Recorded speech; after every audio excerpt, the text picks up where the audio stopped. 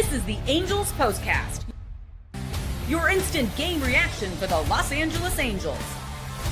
Part of the Locked On Podcast Network.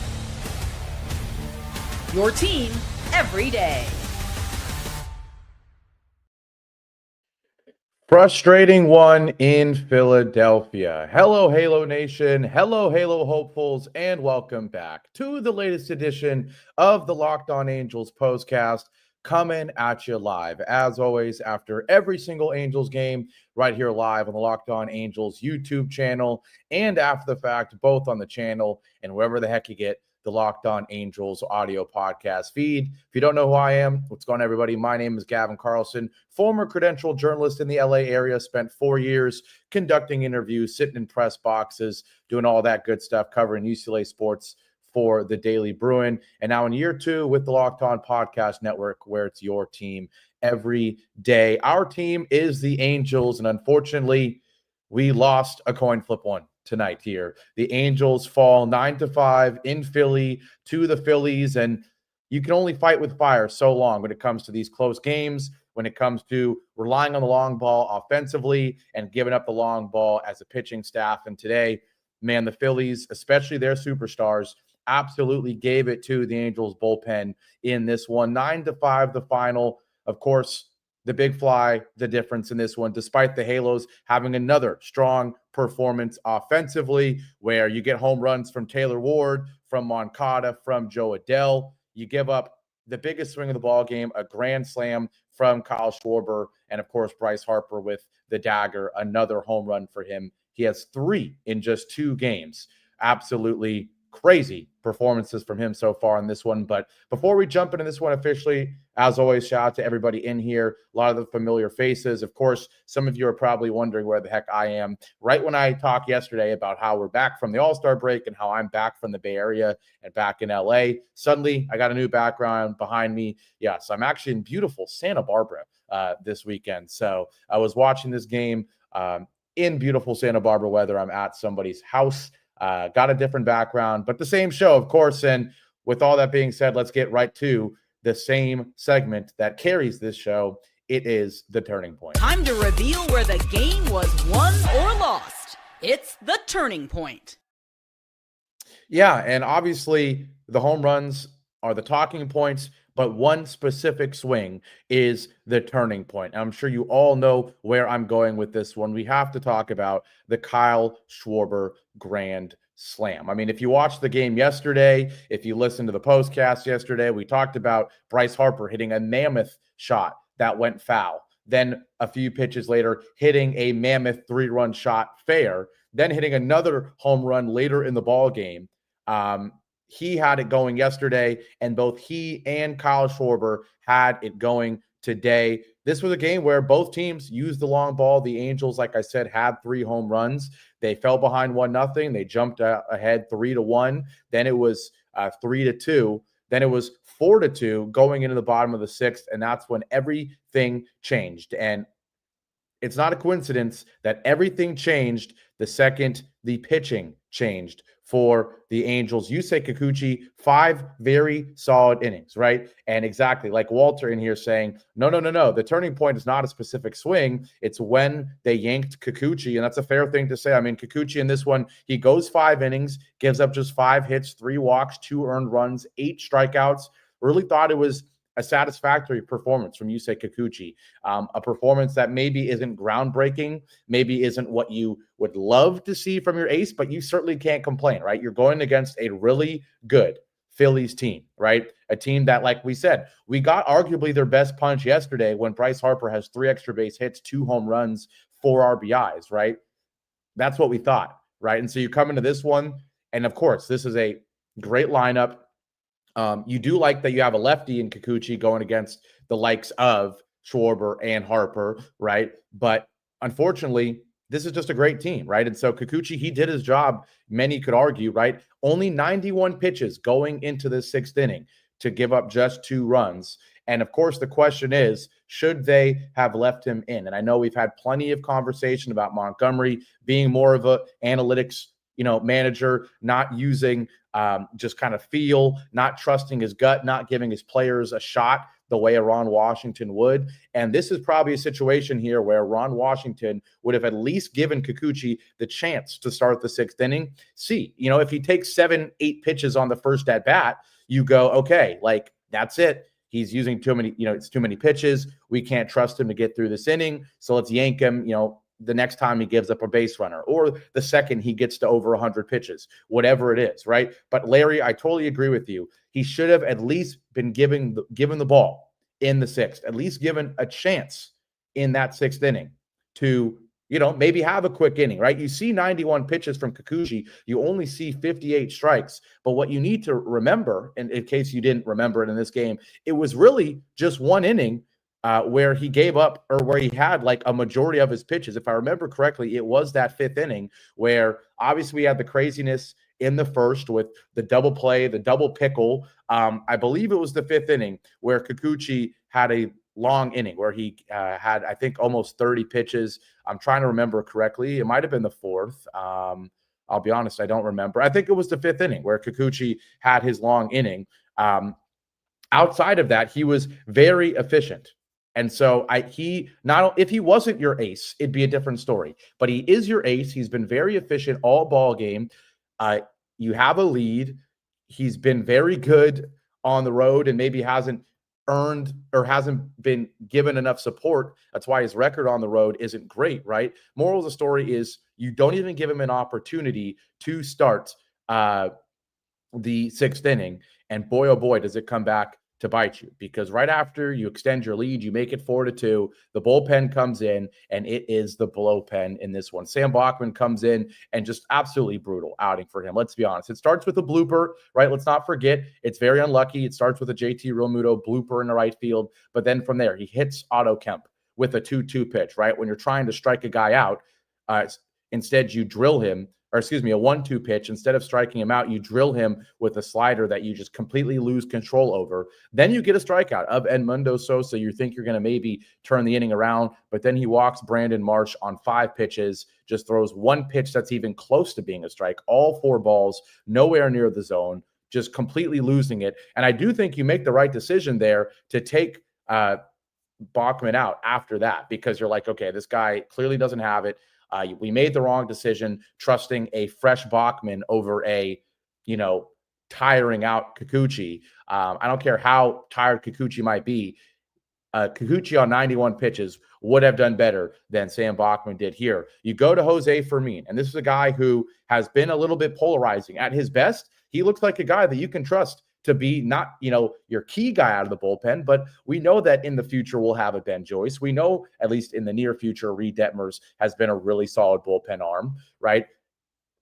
If Fermin, and obviously you have Kenley Jansen, if Fermin is your 4th best bullpen arm, I'm not mad at that, right? At least with what we've seen in terms of his peaks. But the problem is he's not that right now. He is outside of Kenley, who's only pitching in the 9th, outside of Reed Detmers, who's really only pitching in the 8th. He is your high leverage guy right now, unfortunately. And Fermin, at this stage in his career, he's a young guy. He's not at this point the guy you want to come in with the bases juiced and 1 out, right? Not many relievers do you want in that situation.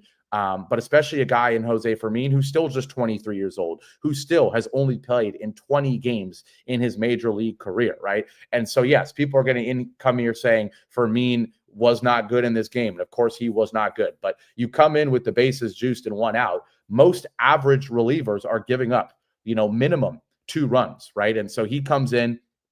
There's a sac fly on a deep fly ball, 320 feet, but it stays in the park. You get an out. You only give up a run. You still have a lead. I think that's honestly not best case scenario, but you will probably take that. If you tell me, okay, you can get it to 2 outs, you give up a run, you still have a lead. Now you have Trey Turner coming up against the righty. You would love to get Trey Turner out, and absolutely it would be a success. The problem, Trey Turner, he has a good at bat. Let's be honest. He takes 2 pitches that are very close to the zone out and away. Then a 3-0 count becomes 3-2. But unfortunately, that 4-2 fastball gets away from Fermin. He walks Trey Turner, reloads the bases for Kyle Schwarber. And then, of course, this is the turning point. Kyle Schwarber is a fastball destroyer. You know he is extremely hot. He did it in the All-Star game in the swing off, and he did it again today. You throw 2 sliders, one in the dirt, one hangs in there, and then on 1-1, you're thinking, does he decide to try to sneak in a fastball? You go, back-to-back sliders. He tried to sneak one in there, but right at the letters, right over the heart of the plate, that's where Schwarber wants it, and he absolutely crushed it. 109.5 exit velo, 390-foot grand slam, and just like that, a 4-2 Angels lead coming into the inning is now 7-4 Phillies. Now, fortunately, after he walks Harper and they go to Connor Brogdon eventually gets out of the inning with the Real Muto strikeout. But at that point, it is 7-4. And again, you can't fully blame Fermin for this one. He comes in with the bases juiced, right? But if he gave up a sac fly and then gets out of the inning, we would be in here saying absolutely, not 10 out of 10, but 9.5 out of 10 job, right? Coming out of the bullpen, especially when you're just 23 years old, you're not a high leverage reliever. You shouldn't be. But that's the state of the Angels bullpen right now, is that this guy is a high leverage reliever. And unfortunately it showed, right? That's not where he belongs. It's a little bit higher of, role than he should have at this stage in his career. And that walk against Trey Turner, that really felt like the at-bat that was going to decide it. He wasn't able to get him out. And then of course, Kyle Schwarber takes advantage. That made it 7-4. Of course, the interesting thing about this ball game is if it stays 7-4, you know how I feel about this team. I know a lot of you agree. I don't know if the Angels can again come back and win this game despite being down 7-4, but certainly they're in the ball game, right? They're in the ball game with everything this Angels team has shown in 2025. If it's 7-4, but you still got the top of the 7th, the top of the 8th, and the top of the 9th to score 3 runs, there's certainly a chance the Angels get 2 guys on and hit a 3-run shot. They've done it so many times in the late innings. The problem was in the bottom of the 8th. You can make the argument. The Angels did get one back with the Taylor Ward double in the top of the 7th. That made it 7-5. They didn't score on the top of the 8th, but still, 2-run game going into the top of the 9th. Maybe you back the Angels to still tie this game, or at least it's a 50-50 shot, a 30-70 shot, something. Not quite a coin flip. There it is, but certainly close. The problem is that home run in the bottom of the 8th, Bryce Harper against Carson Fulmer, another guy who has just been BP many times in his early career with the Angels. And after getting the first 2 guys out, he walks Kyle Schwarber, and then he gets absolutely crushed by Bryce Harper. I understand it. You bring in the righty against Rojas and Trey Turner, right? 2 righties. He gets them both out. But then with 2 of the best, hottest left-handed hitters in the game, Carson Fulmer, he gets Schwarber to a full count. He's not able to get him to bite on any of those changeups. It was 1-2. And he goes changeup, all 3 in the dirt. He was clearly afraid of him. I get it. Not that bad of a decision to try to get him to swing and miss on something in the dirt. But clearly he was scared. The problem is, this is just what a good baseball team is, right? It's a team that can have Kyle Schwarber followed by Bryce Harper, right? Not to mention Trey Turner above that, right? And so that's what happens. You're scared of Schwarber, who's extremely hot. Then you have to pitch to Harper, and you throw a fastball right down the middle. He crushes it, and just like that, it's 9-5. And I don't care how good this Angels team is, at 9-5 going into the 9th, you're not coming back, right? So, of course, the turning point is the Schwarber grand slam. But again, if it's a 2-run game going into the 9th, I think there is a chance that the Angels, can at least make it interesting. That second home run, this one from Bryce Harper, that was the dagger. That was all she wrote. And it's just a below average bullpen against an above average lineup. Unfortunately, that's what's going to happen in baseball, right? So the Angels fall 9-5 because of the bullpen. When we come back from this, we'll talk about the offense, because even in a loss, even coming off a win where now you're expecting the Phillies to play really well, the offense was still good enough to win this ball game. We already talked about how Kikuchi was good enough to win this ball game. So we'll talk about the lineup, and of course, we'll talk about tomorrow's rubber match now in Philadelphia after our break here on this edition of the Locked On Angels Postcast. I'll be right back. Now, on this Saturday, today's show is once again brought to you by FanDuel. Summer sports are in full swing, and whether you're all about baseball under the lights, golf on the green, or high-stakes soccer action, FanDuel is the best way to make every game even more exciting. You're already following the action. Why not make it a little more thrilling? With FanDuel, you can get in on the game while your friends are getting sunburned at the beach. I always say it. Whenever I'm out of California, I use FanDuel to track my favorite matchups. And the app, the best part is, you wonder, you hear people say FanDuel or all these other sports betting platforms, and you're like, what's the difference between all of them?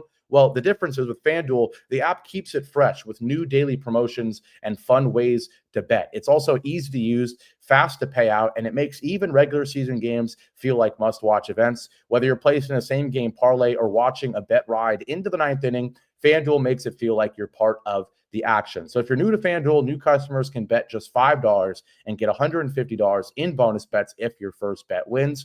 Open the FanDuel app today or visit FanDuel.com to get started. Back here live on a frustrated losing edition of the Locked On Angels Postcast. Angels fall in game 2 of this series in Philadelphia, 9-5 the final. The Angels did jump out to a 4-2 lead, but the bullpen was in full effect for the Halos tonight. A grand slam from Kyle Schwarber, followed by a 2-run home run from Bryce Harper as he stays red hot. Schwarber stays red hot, and the Angels fall 9-5. Now, like we said, the Angels did jump out to a 4-2 lead, and that's what we'll talk about now in the second half of this show. This is what you'll be talking about. Even in a loss, a few positives, right? And this isn't just me being a Halo hopeful, a Halo honk. This is me being honest. Certainly some good things to talk about with the Angels offense. The Angels lose a ball game where they have 12 hits, right? And you can certainly make the argument that it's underwhelming that you only score 5 runs on 12 hits, that you only score 5 runs despite having 3 RBIs. I don't know which stat of those is crazier and more frustrating. You tell me. Nathan in here saying Angels 12 hits, only 5 runs. Meanwhile, the Phillies had 9 runs on 9 hits. That's right. I mean, the Phillies go 3 for 11 with runners in scoring position. Not anything crazy there. The Angels just go 2 for 7. The Phillies leave 7 on base. We only leave 6. The moral of the story is we, quite frankly, just couldn't hit with runners in scoring position enough in this ball game. And also just our hits were really spread out in this ball game. We had 9 hits going in the 4th inning. You're exactly right, Larry.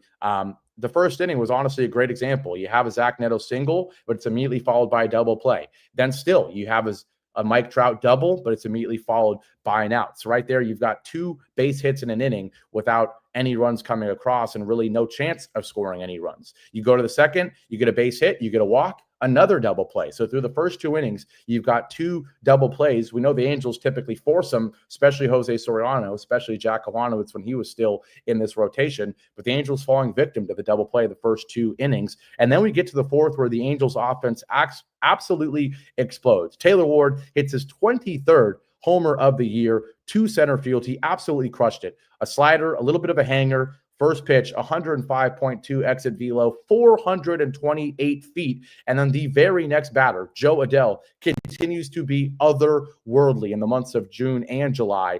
2-1 pitch. He gets a splitter nowhere near the zone. I mean, this ball is not only below the strike zone, it's another 3 baseballs below the strike zone, a down and in splitter. But somehow he crushes it down the left field line. It stays fair. It goes 373 feet, back-to-back home runs, and a 1-0 deficit is suddenly 2-1 Angels. But the best part of this inning, in my opinion, it's not the back-to-back home runs. It's not Joe Adell staying red hot. It's not Taylor Ward boosting his trade value with the deadline approaching. It is what happens after you've already hit 2 home runs and scored 2 runs. The offense continues. Yoan Moncada, he gets a base hit. Then despite a Travis d'Arnaud strikeout, that gets it to 2 outs. Lamont Wade, of all people, with a base hit. Then Luis Rengifo, of all people, with a base hit to load the bases. And then Zach Neto comes through. And what I love about this at-bat from Zach Neto, this is professional hitting to the nth degree, right? He takes 3 pitches down and away, 3 balls, and then on 3-0, you're thinking, is it an obvious take? What are you going to do? He elects to swing 3-0. You only swing if it's a pitch right down the middle and if you're going to rip it. And that's exactly what he did. He gets a sinker down the middle. He rips it 100-mile-an-hour line drive. And that just like that, it's 4-0. He hit it too hard for 2 runs to score. And then, of course, you do leave 3 runners on base. You strand 2 runners in scoring position, but not at the fault of Nolan Charnwell. He absolutely rips a 1-2 hanging slider, 102 exit velo. Unfortunately, it's right at a sliding Nick Castellanos. If it wasn't for what happened later in the ball game, this would be the turning point, because if that ball gets down, it's at least a run, right? And that at least makes it 4-1 Angels. But if Castellanos slides and misses it, we're talking about 5-1, maybe 6-1 Angels, and you could be talking about a series win already, right? Unfortunately, it stays at 3-1, and that was really all the Angels had until things got really interesting, right? The Phillies make it 3-2, and then Yoan Moncada in the top of the sixth makes it a third solo shot. So think about it. You have 12 hits, but but all three of your home runs are solo shots. That's unlucky / unclutch. I don't know, but unfortunate. That is for sure, that you hit 3 home runs on 12 hits and all 3 are solo shots. You did have a very impressive RBI double from Taylor Ward, a 2-out double from him on a 2-0 pitch, gets a sinker down and in, and he rips it down the left field line. That at the moment made it 7-5 Phillies cutting into the lead. But that was all the Angels had. So 12 hits, just 5 runs, 3 solo shots, 2 RBI single and doubles in this one, but not enough. Walter's in here saying it's unlucky. Other people are in here saying that it is not, it's you being unclutch and that your home runs come with no one on base. But you really can't be mad at a game where you have 12 hits. You really can't do it. The 12 strikeouts, unfortunate. The line out from Shawnuel with the bases juiced, unlucky. But the moral of the story is you had 12 hits coming off the amazing performance yesterday. And this is why I have the question up here of, are the home run halos sustainable, right? Is this way of winning games or staying in games sustainable? I think it is. I truly think it is. And it's because, in other games, you're hitting solo shots, but you're doing nothing else. You're striking out a billion times. You're not getting on base via the walk, right? In recent games, right before the All-Star break, it was the strikeout numbers went down a little bit, the walks went up a bit, and the hit number above all else, the most important number, how many hits you're getting, outside of runs, of course, that number went up quite a bit. And it's because of the at-bats the Angels are having, right? If you think about the at-bats I just said, right? It's a Zach Neto getting ahead 3-0 before he rips one, right? It's Taylor Ward getting ahead 2-0 before he rips that home run. It's Joe Adell taking a terrible pitch and hitting it out, right? The Angels are having better at-bats, right? And so that's why I think it's sustainable. Is it still a bit suspicious, a bit nervy that the Angels still seem to only actually put the runs on the board via the home run? Yes, but the moral of the story is this is a team that is getting on base. They're getting base hits. And while the strikeout numbers are still high, we've got proven guys that can have good at-bats, really 1 through 5 at this point, right? Neto, Shawnuel, Trout, Ward, Adell. Yes, the strikeout numbers from Trout, from Ward, from Adell are going to be higher than you'd like to see. Another 3 strikeouts for Trout today. But they're also, the walk numbers are higher. The at-bats are better, right? And honestly, call me crazy, I think the thing that can turn this Angels team from what they are right now, an average roller coaster team, into a team that might actually compete, call me crazy, I don't think it's a move at the deadline. I think it's Yoan Moncada staying healthy. Another 2 for 2 with a walk performance from him tonight. He quietly has the highest OPS on the Angels. He just hasn't played many games, right? But he's already has 8 home runs. The OPS is 854. The average is 244. If you do elect to keep Taylor Ward, that 1 through 6 is Neto, Shawnuel, Trout, Ward, Adell, Moncada. You've got a great mixture there with a lefty and a switch hitter. You've got a righty in Neto that is a good leadoff hitter. You've got Trout, who's a very unique 3-hole hitter. You've got Taylor Ward that is a true cleanup hitter in the sense that he's not getting many singles, but he's an extra base hit machine. Think about it. Yesterday, he does what he does. Today, another RBI double and another home run, right? So if you do elect to keep Ward, if you do keep Moncada and are able to keep him healthy, that 1 through 6 is very impressive. And then you've got a couple wild cards, right? That they can maybe turn this into a above average season, right? In a guy like Jorge Soler. Imagine if instead of Lamont Wade, you have a Jorge Soler that's playing even average Jorge Soler baseball.